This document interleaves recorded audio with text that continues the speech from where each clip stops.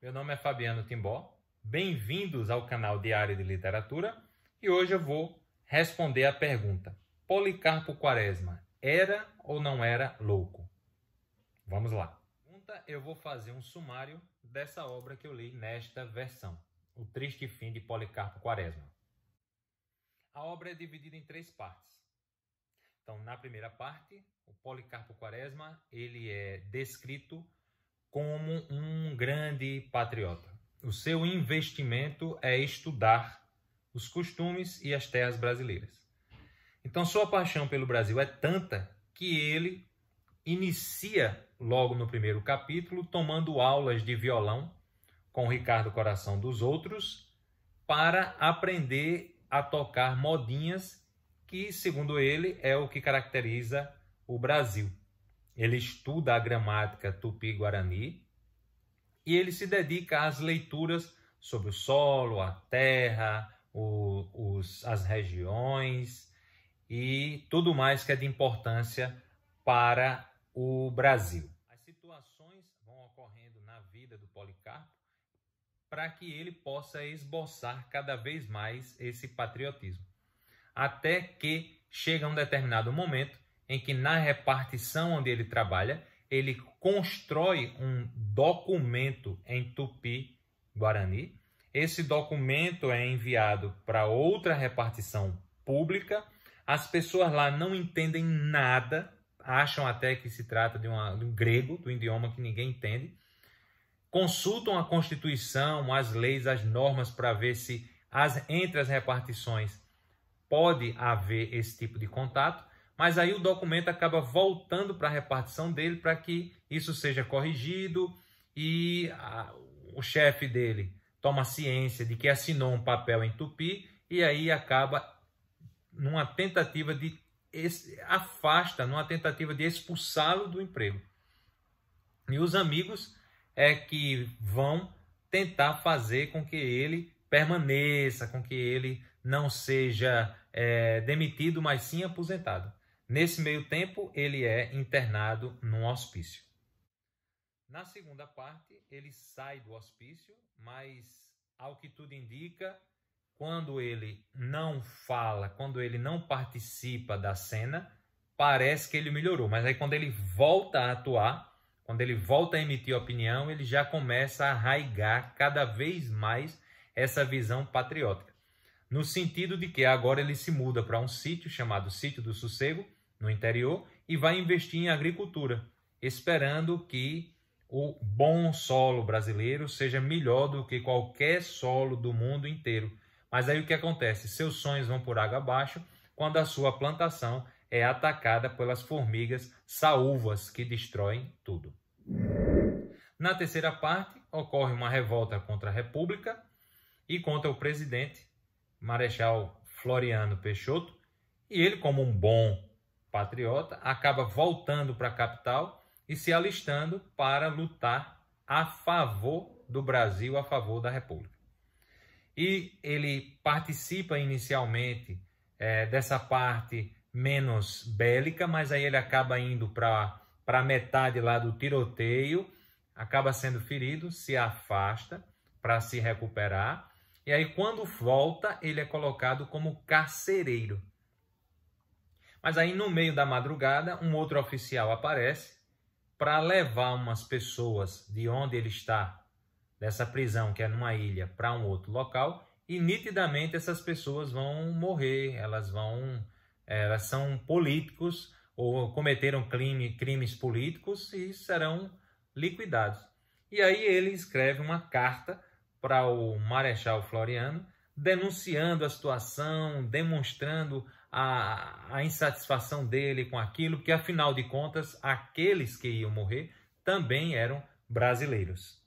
E qual não é a surpresa dele quando o Marechal Floriano Peixoto manda prendê-lo e na sequência ocorre o fim do Policarpo Quaresma. Então a gente pode abordar, pelo menos para conversar, 4 contextos, que seria o genético, o laboratorial, o comportamental e o social. No caso, o genético, eu poderia trazer para essa discussão a esquizofrenia. que possui sim um componente genético, mas que não se considera que seja o componente, ou seja, é isso que define. Não, existe um traço genético, mas não é só isso que define. Talvez a atuação ambiental, ou talvez a ação do vírus, de alguns vírus, talvez durante a gravidez, mas a gente não tem a certeza. Aliás, é uma doença que a gente pouco sabe. Mas uma das características dela é que a mulher tem uma expressividade da doença numa idade mais adiantada, entre 25 e 30 anos, a grande maioria muito próximo de 30, né? E o homem um pouco mais cedo, digamos, entre 18 e 25 anos, por aí assim, mais próximo de 20 anos, e a proporção entre homens e mulheres é de 1 para 1. É uma doença que possui sintomas positivos e sintomas negativos, mas positivo não no sentido de ser bom ou ruim, no caso do negativo.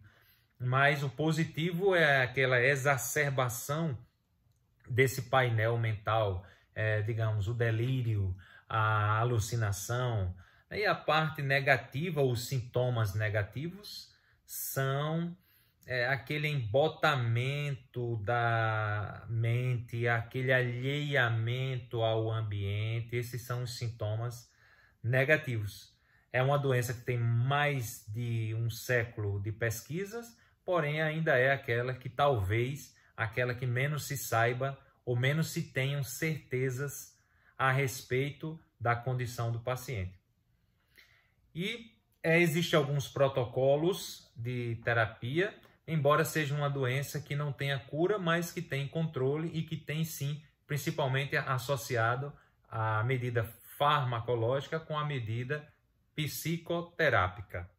O componente laboratorial é que algumas doenças causam alterações químicas orgânicas que simulam sintomas positivos ou negativos. Por exemplo, doença da tireoide, doença renal, algumas doenças hepáticas numa situação mais avançada ou grave, e que na verdade não se trataria de um caso de loucura ou pelo menos de causa orgânica, mas uma vez corrigidas as alterações laboratoriais, os sintomas desapareceriam por completo.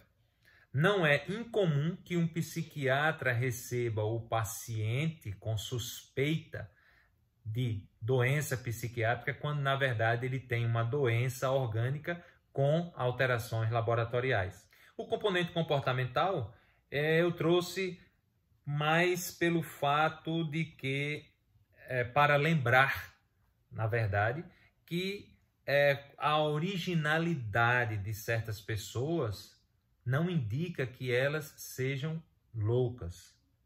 Pelo contrário, não é pela originalidade que vê isso, é muito mais pelo outro componente, que é o componente social. Então vamos imaginar, para a gente entender esse componente comportamental e social, que você escolha um vídeo qualquer no YouTube onde haja som e dança. Então você, digamos, nós, né, que não somos psiquiatras, a gente vê aquele conjunto, o som e a dança. Mas para você ter uma noção do que seria o trabalho do psiquiatra, você retira o som, você assiste o mesmo vídeo sem o som. Então, quando você olha aquelas pessoas se movimentando sem som, elas vão aparecer para você com aquele comportamento aberrante, anárquico, totalmente fora do contexto.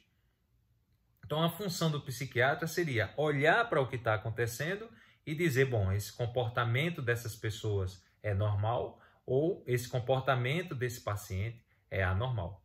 Então, basicamente, nessa metáfora aí do vídeo e da dança, como é que o psiquiatra faz? Como é que ele trabalha, né?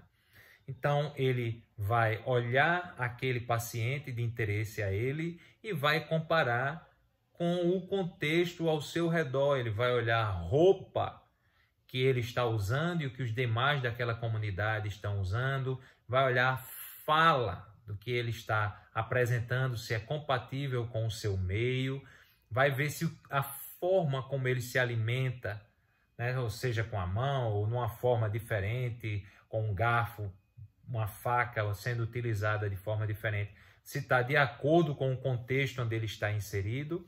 E no caso do vídeo, na verdade, o psiquiatra ele iria comparar aquele paciente dele com todos os demais ali ao redor, por onde chega a festa, onde todos saem, se ele sai pelo mesmo lugar, se ele chega pelo mesmo lugar, se ele dança da mesma forma, se ele expressa a palavra da mesma forma. Então, esse que seria o trabalho metafórico do psiquiatra. Bom, trazendo para a nossa história do Policarpo Quaresma, se a gente for observar o contexto social do Policarpo, você vai ver, vai perceber que ele está totalmente desintonizado com o meio em que ele se encontra. Então, primeiro, ele não admite que o português seja o idioma do brasileiro. Ele envia um pedido ao ministro e nessa petição consta a mudança do idioma português para o idioma tupi-guarani, para que o tupi-guarani seja a língua oficial. Ele acredita que isso é completamente normal e que deveria ser assim, quando na verdade não havia a menor condição de que aquilo acontecesse. O fato dele cumprimentar as pessoas, ou seja, dois personagens do livro vão à casa dele, vão falar com ele, e ao chegar à porta, ele recebe essas pessoas aos prantos. E essas pessoas preocupadas se interessam por ele, querem ajudar, mas ele diz que aquele é o verdadeiro cumprimento do brasileiro, porque o nativo ele sempre se cumprimenta daquela forma. E a partir daquele momento ele passa a se comportar daquela forma.